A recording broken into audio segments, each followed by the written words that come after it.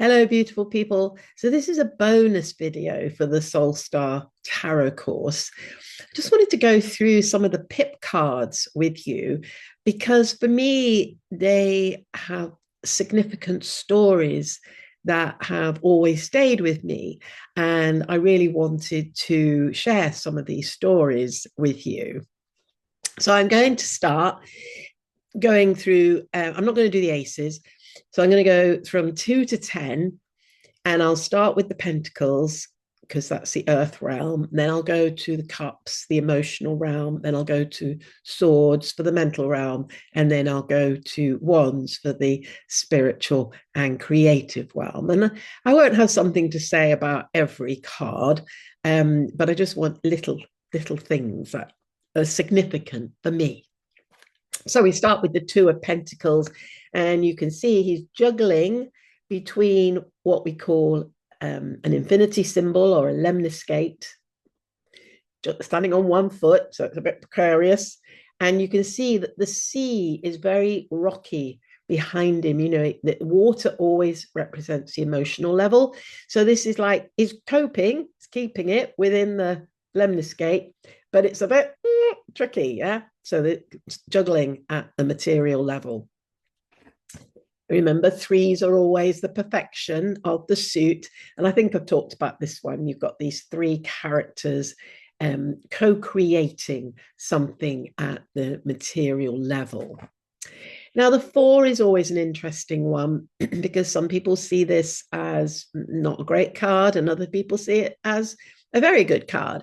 So he looks like he's sort of holding on to money and sort of like, you know, keeping it, protecting it in some way, which is how some people feel like, you know, it's just that greed almost, or that sense of insecurity that I might lose my money. But I also see that he does it in quite a symbolic way, and that actually this could also mean that he feels very secure at a physical level. And you know, he's got lots of homes in the background, and buildings always represent a sense of home.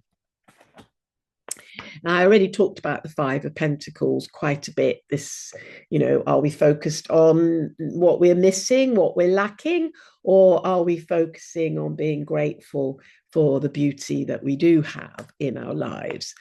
I also talked a little bit about the Six of Pentacles, about this sense of sharing our wealth, or even receiving. You know, we could be at either end of this, whether we're open to receive. And it doesn't have to be from a person, it can be from the universe. You know, are we open to receive from the universe?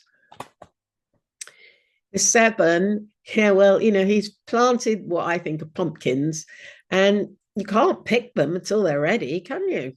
You just can't. There's no point. You have to wait. You have to be patient until those pumpkins are ready. The eight, this demonstrates a master craftsperson. And I always see this as a skill, a unique skill that we have. And the Nine of Pentacles is a very lush sort of card. And this character has a bird of prey with a little hood on it. And it demonstrates, because remember, nines are about the unconscious level. And it demonstrates a belief, a facility with the material realm, that I am in control of my material realm. This character is in control of this bird. And it's like, you know, I know what I'm doing. I'm in control. I have a facility. The character is very skilled with the bird. And yeah, I'm in control of my unconscious in terms of my material realm. And then we have the 10, which, if you remember, has the tree of life in it. And so this is that manifestation at the material level from the point of source all the way down through the tree and into material reality. And you can see the characters all having a lovely time with each other, that sense of connection and community, and yeah, good life. So then we go on to the cups. And some people see this like the lovers, like a lover's card. But remember, it's got this caduceus in the middle, which is the healing symbol. And I also see this very much as that integration within the self of the masculine and the feminine, or the yin and the yang, however you want to talk about it. But, it's about meeting the opposites at an emotional level. And one of my favorite cards, the Three of Cups, which is always about celebration. Whatever's going on, just celebrate. Celebrate the good little things. And the Four of Cups. So it's got the Three of Cups. Remember the celebrations, like, oh, okay, I've got my Three of Cups. But it's not noticing that actually the universe is saying, you can have more. There's more. Have more. Not quite seeing that, is just looking down at these and going, okay, that was it. The universe saying, no, have more. You're going to be even more secure at an emotional level. Have more. The fives, remember, they're always about change. And this character is looking at three cups that have fallen over. It's like, oh, I've lost everything. I've lost. Not looking at what they still have. The two cups are still standing. And we need, a bit like the Five of Pentacles, we need to stop looking at what we haven't got, turn around and look at what we do have. And the six, remember, sixes are about communication. And we have these two characters gifting flowers, not sure which way round it is, doesn't really matter. But it's that sense of companionship and love and sharing with each other.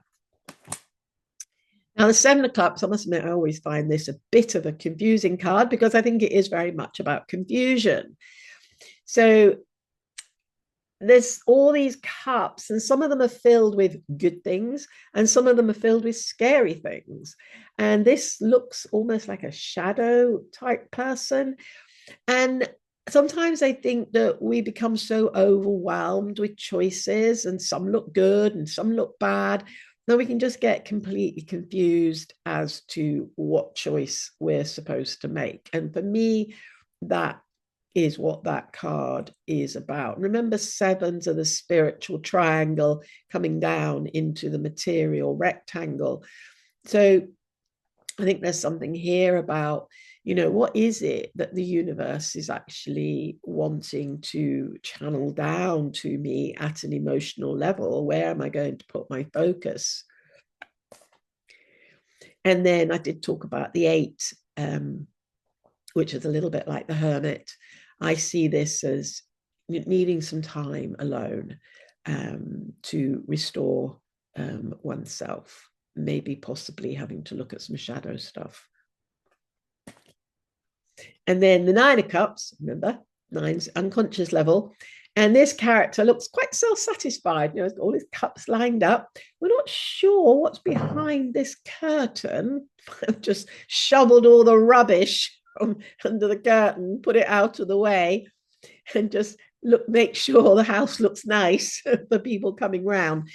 But there's definitely, that if we feel content within ourselves, then it will roll out into something good.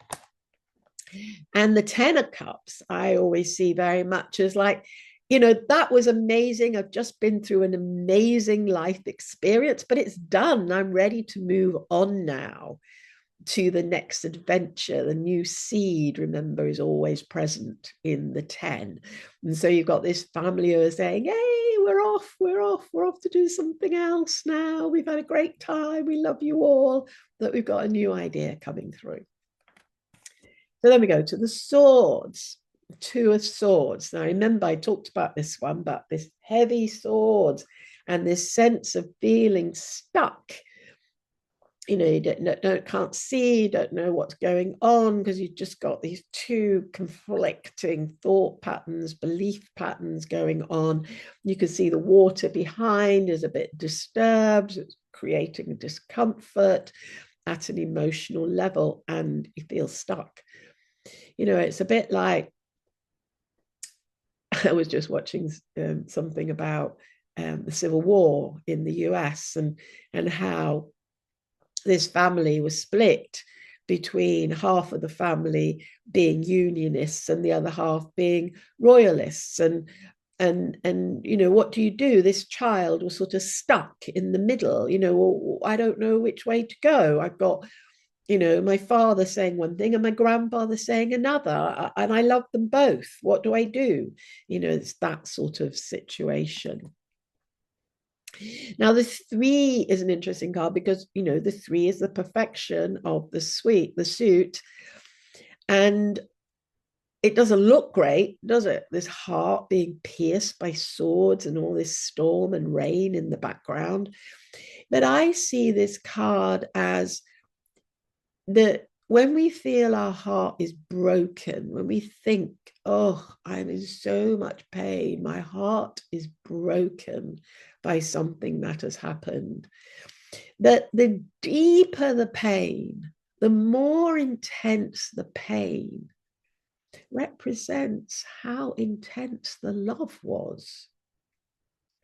And I often say to people who are in extreme pain because of loss, that as painful as it is, in a way, you've been very lucky that you had such love, because a lot of people don't. A lot of people don't ever have that depth of love, which then causes so much pain when it's gone. So it has a sort of dual edge to it, that card. And we looked at this one, the Four of Swords. This is, for me, is very much about meditation.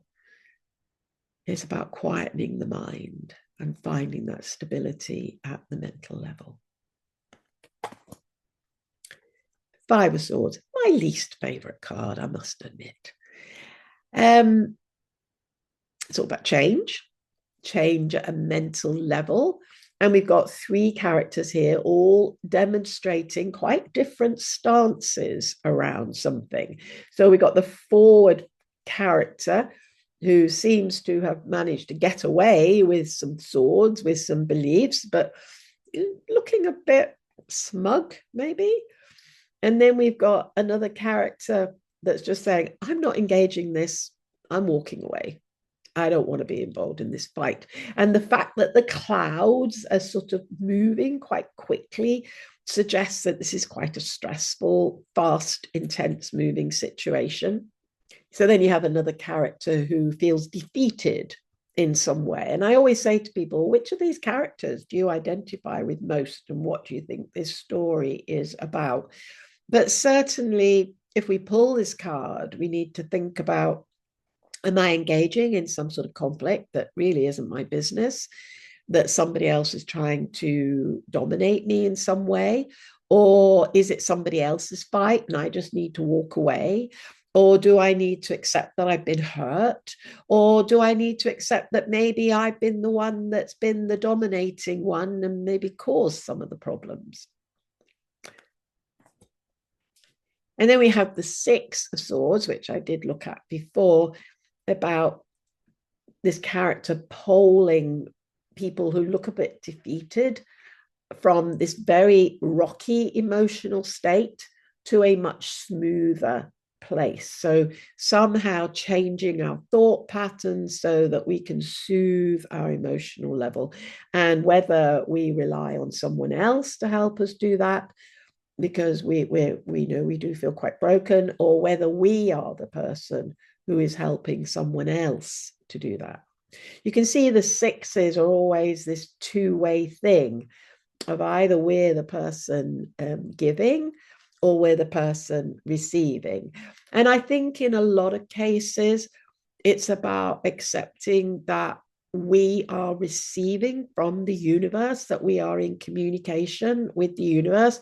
And this could represent the universe, and it's putting our trust in the universe to help us to transition from a very difficult place to a much calmer place. And sorry. And you know, and they always, all the sixes, you know, they always demonstrate love. You know, they're always done in a kind way, in a generous way. So, you know, to understand that we are being held by the universe, that the universe loves us, and that we can actually relax and trust in that support.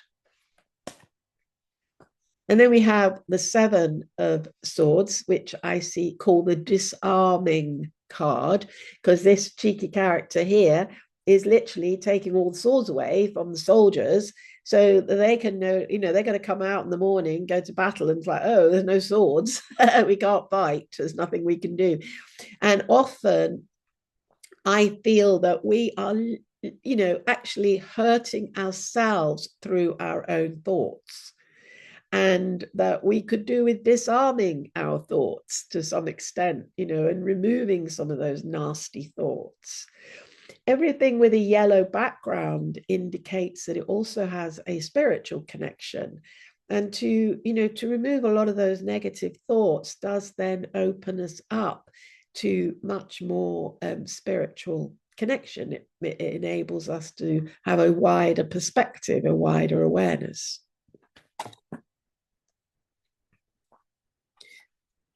So the Eight of Swords. Now, this character believes they're trapped, a bit like the Two of Swords, really. However, the bindings are quite loose. They could easily be shrugged off. The Circle of Swords isn't complete. There's no swords here in the front. The water is a bit, murky. So there's an emotional level going on here. And I see this card as that sense of our mind keeping us trapped, that we're holding on to some sort of belief that means we feel trapped, and I can't do anything about that. Nothing I can do about it. That's how it is. And so we're trapped, we're stuck. And that's never the case. We could shrug off the bindings, see that actually there is a way out. And there's the home in the background. We could easily walk away. And I also see a different perspective on this card, which is that sometimes we have to put ourselves into a position of complete not knowing. I just don't know the way forward here. I don't know what to do, where I'm going, nothing. Feel lost. And that the universe can come in and say, come, I will take you. Just trust, just relax, and I will lead you out of the Circle of Swords, out of the bog, onto dry ground and home. So this can work either way for me, this card. And in a way, that's two sides of the same coin. It's like, I feel completely trapped. I feel completely stuck. I don't know what to do. Oh, I'm going to hand myself over to the universe and let the universe guide me. And then we have the Nine of Swords, which, looks a bit freaky. And it's very much, that experience most of us have had when you wake up in the middle of the night or first thing in the morning and you're anxious and you're like, you just really feel that pit in your stomach and you don't feel good.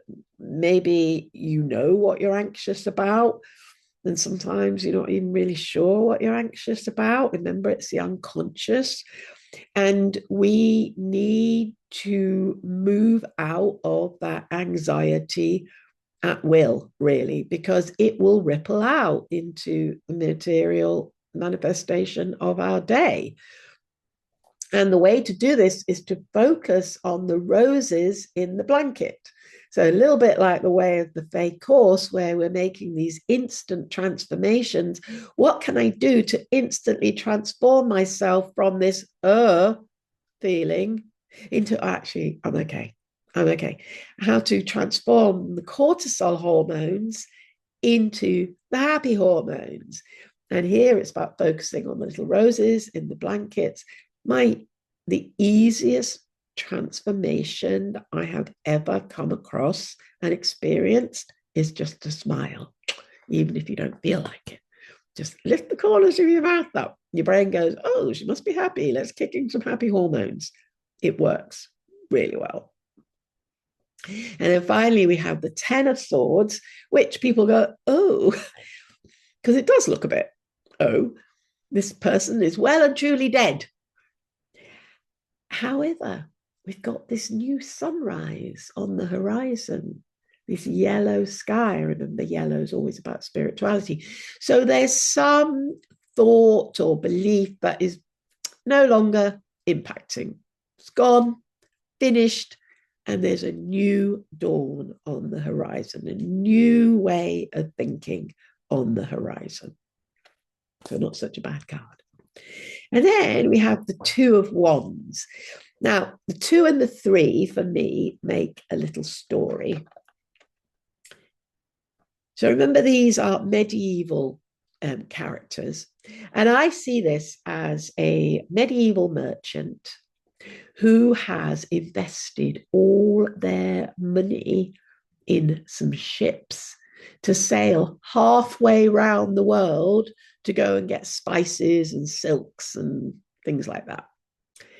It's a risky venture because in medieval times, there was no post. It could take a ship 6 months to get halfway around the world, a year. He knows, that character knows, those ships might not come back for 2 years. They're just going to have to get on with life. Can't be thinking about it. Not going to be any information coming through. And so the character is looking at the world, he's sending something out into the world, but he's torn because partly he's like, oh, I hope this works. Oh my God, it might not. Oh, I hope this works. Have I been really silly? Oh, I might have been really stupid investing everything in this. And he's slightly facing the ships and slightly got his shoulder towards the audience because he needs to watch his back. Yeah, like, something terrible might come up upon me that I can't predict, that I don't know about, and I'm going to have to be on guard a little bit. So there's that sort of push pull between, I really want to say yes, but I'm frightened because part of me can see all the trouble, all the things. So I'm on guard a little bit. And then in the 3, pretend it's the same merchant who now has their back to us. And this is a very confident stance, to have your back to someone who could come and, stab you in the back or shoot you in the back. Not worried about that. Watching his ships coming home. 2 years later, the ships are coming home, and he's like, I'm a rich man. I am a rich man. I have manifested what it was I said yes to. And you can see it's all very spiritual. So, about receiving, it's about opening the trust, opening to receive. And then we have the 4 of Wands, which for me is, it's such a happy card. You've got this couple who look like they've got married or something, and they're home in the background and the beautiful archway. It's like a portal. It's like coming home, coming to your spiritual home and feeling really happy you've found your spiritual home. And then the 5s, obviously, are always about change. So they look like they're fighting, but I think it's more like Morris dancers clicking their sticks together, but definitely processing something. We do need to process things. And we do need to, if we're doing a creative project, for example, we need to look at, the best to do this way, best to do that way. Should I do this? Oh, a bit more information there. How do I do this? And so, we're always curious and exploring and questioning and trying different things. And then we have the 6 of Wands. Now, this looks like somebody who is celebrating, who has achieved something.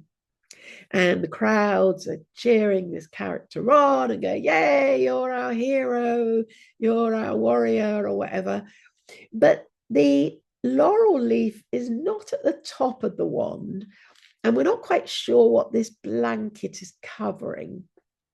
And I see this card, I call it the fake it till you make it card, because the warrior's coming home and it's almost like, well, yes, we won the battle, but I lost a lot of my comrades. So in my heart, I don't really feel like I won it.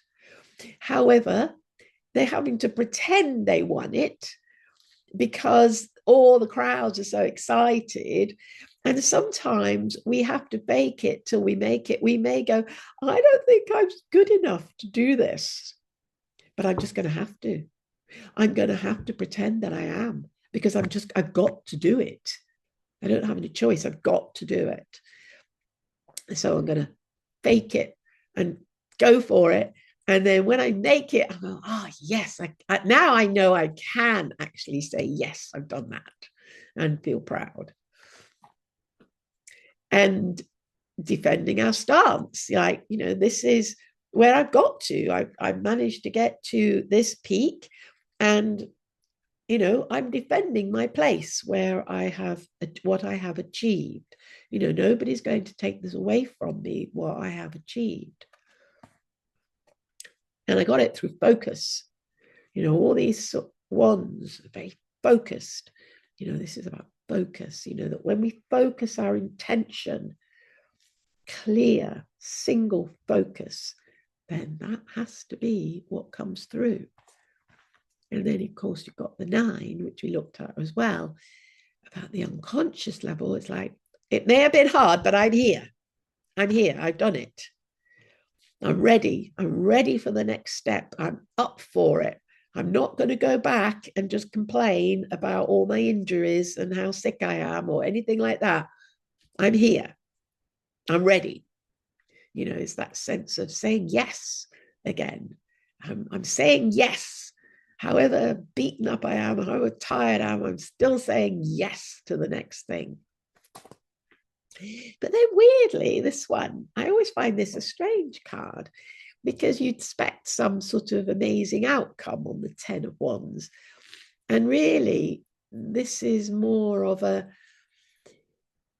did you let your creativity fly? This character seems to be holding on to the wands and not letting them go, not letting them have that freedom of expression, not letting them fly. So maybe this is one I still need to work at, to find that lovely 10 of the expression.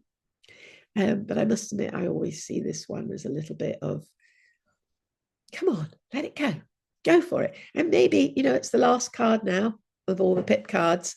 And it's about, you've gone through the whole suit. Just let your intuition fly now. Don't hold on. If you're looking at a card and you're looking at a reading and you're going, well, it could be that, but I'm not going to say it in case I'm wrong. Let it go. Let it out. If it's a gut feeling, if it's an intuition, if it's a channeled piece from the universe, it's probably true. It's probably real. Let it fly. Bring it out. Give it material form. Let it land. Let it seed something new. Okay, so I hope you found that helpful, and I love you all, and can't wait to get some feedback on how you've enjoyed the course.